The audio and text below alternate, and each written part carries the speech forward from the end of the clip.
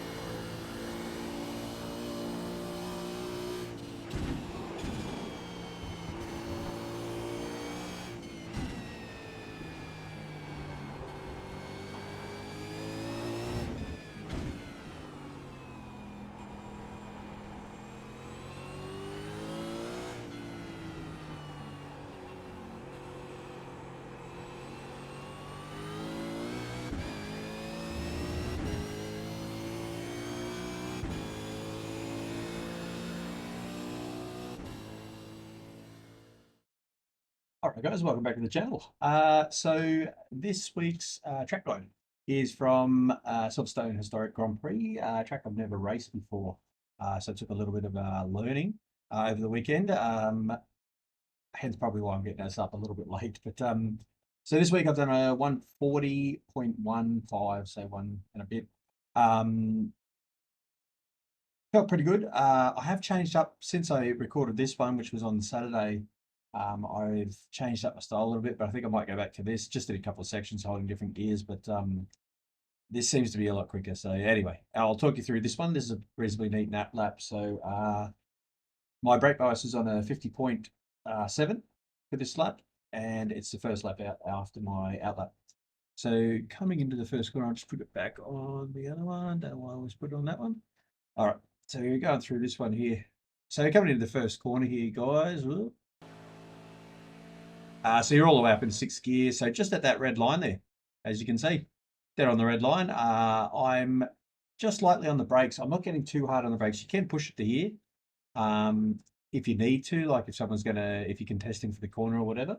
But this is more of a getting the braking and your shifting done early enough just to set up the corner and then get a good boot out of it. This one, you need a little bit of confidence that you have got the car completely slowed up to where you need it, because I find myself slowing up, drifting into the corner just before I hit my apex, get really hard back on the gas just to get a good run out of it. So if you haven't slowed up the car enough, you're going to really drift wide out to the left and lose a couple of points. But anyway, coming into the first corner, so up into sixth gear, all the way back down, just down to fourth. Reasonably quickly, not too quick, but I'll show you in real time here. So back to fifth, back to fourth, pretty quick. So once again, as I say every week, just quite pronouncedly on the brakes, off the accelerator on the brakes, and then back through the gears. But once you're on the brakes, back through the gears reasonably quickly to come into this corner. I found it on most corners actually. On this track is reasonably quick gear shifting, but a little bit later in your braking. So anyway, yeah. So back to fourth through this one. Coming in, trying to get more of a mid to late apex on that one. And as you can see, once I hit the apex, really giving it a good bootful out of there. Just don't tweak the arse end like I have there. Didn't really lose too much time on that one. So coming into this next left, right, left, right. This can be a little bit of a tricky one for a lot of people, just trying to figure out what gear to be in and what sort of line to take through here. Pretty much once I'm hitting that first curb. So I'm all up in sixth gear here. I go fifth, fourth, so I'll on the brakes there. Only gradually, as you'll see on the telemetry, and then fifth, fourth, and then coming across and take a big chunk out of the right-hand curve. We'll talk you through it. Then back to fifth, back to fourth, as you can see. Nice big chunk, probably about half on the brake, actually, now that I'm looking at the telemetry there. But as you can see, I'm trying to get quite a big chunk out of this next one. So coming through there, you're really getting a good hard right turn there. So it is drifting you a little bit across the track. I'll keep it in real time here. So I'm back to fourth coming through into this right-hander. Back to fifth, back to fourth. As you can see there, it's wanting to drift across the track, but I am in fourth gear. Trying to stay more out here. As I said, I've changed up my approach to the lap since this lap was done, but I think I might go back to this. I'm sort of holding a lot more speed through here and sort of more coasting out there and then trying to get around the corner. I think I'm losing a lot of time doing that. So back to fifth, back to fourth through here, and then just staying more mid track as much as you can, and then getting more of a later apex into this next one. As you can see, back on the gas as well, between all the corners, trying to keep that momentum through the corners as well, not slowing right down, having to speed up, slowing down, speeding up. So holding in the momentum. So once I've got my line, speeding up again, getting back off the gas, back on the gas again, and then hitting this one back to third through here. So I was, once again, what I'm doing at the moment, I'm holding fourth through here. I think I might go back to third as I've done here. Yeah, so back to third through here. Get back on the gas, as you can see, off. Back on the gas through here in third, and then just getting a good punch out. Watch that corner coming out of there. It can be a bit of a slippery one because you are up on the curb trying to take a big chunk. And then as you accelerate out, sometimes you're not off the curb and you'll get a good kick out of there. So just watch your arse end. So as everyone knows, coming up into this next right hander, this can be a bit of a tricky one too. It's not really off camera or anything. It just I know it can just tend to want to understeer if you brake too late. So I've found the brake marker there, that white board on the left there. I've always tried to push it or come back a little bit, but I've just found that one's always the way to go. Where no matter where you go, you get the quickest line if you brake at that marker there. So about half on the brakes. Once again, getting all your braking done. Back to fifth, fourth, and then back to third. Trying to get more of a trying to get your braking done in more of a line, straight line, and then coast, trailing off into the corner once you've hit your third gear. Trailing off, getting a mid to later apex, just so you can get a good run out of this one. Excuse me. As you can see, all the way back down to third, and then start to trail it into the corner, and then getting a good run out of there. Try not to drift too far left there. Now, this is the one that I've found really freaking weird. As I said, I've never done this track before, so this one was a little bit weird for me to set up. In this one, I'm up into fifth here. I come in here, I go back to fourth through the left-hander, and then back to third, just to slow myself right up. But I'm getting back on it. I've just noticed through this one, I'm getting back on it quite early and then just trying to hold the arse end out of there, peaking out third and then hitting fourth, but just watching that arse end doesn't come around. I was just talking to Jason Few, and he actually is holding fifth into here and then fourth about between the left and the right here, back to fourth, but he's holding fourth all the way through that. It keeps a lot more momentum. If you can do that one, I think it's probably the way to go. It's a little bit quicker maybe for qualifying. As your tyres start to wear off, I think it might you might find it a little bit hard to get the car around. It might sort of start to understeer a little bit. But yeah, he's really showing me that one. I'm trying to sort of get my head around it at the moment, just to see if I can get a bit more pace for qualifying. But in this lap, I'm in fifth here, coming in. As I come into the left-hander here, I'm hitting fourth, and then into the right-hander, back to third. So here, as you'll see, back to third there, big chunk out of there, back to third. Trying to keep the car under control. Probably didn't mean to take that much curb, but it sort of worked in my favour. So back to third here, and then just keeping it nice and tight.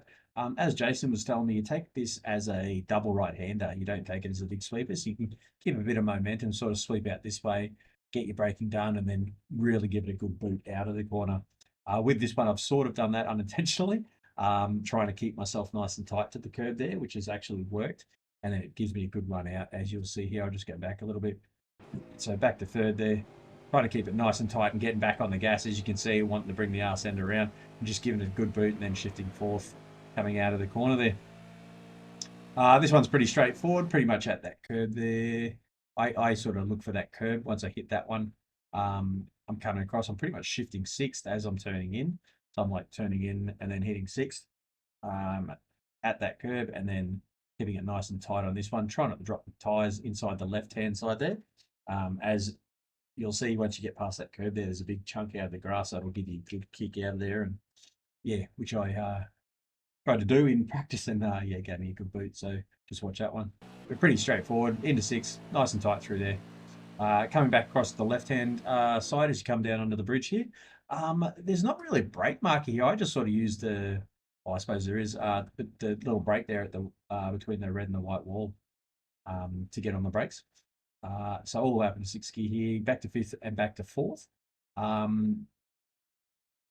This one you'll sort of want to push the brake markers a little bit, and you can do that, but you'll end up coming in a little bit too early, and then it'll shoot you out to the left-hand side of the track there on exit, which is not really where you want to be. You want to be more mid-track as far as you can to set up the next left-hander.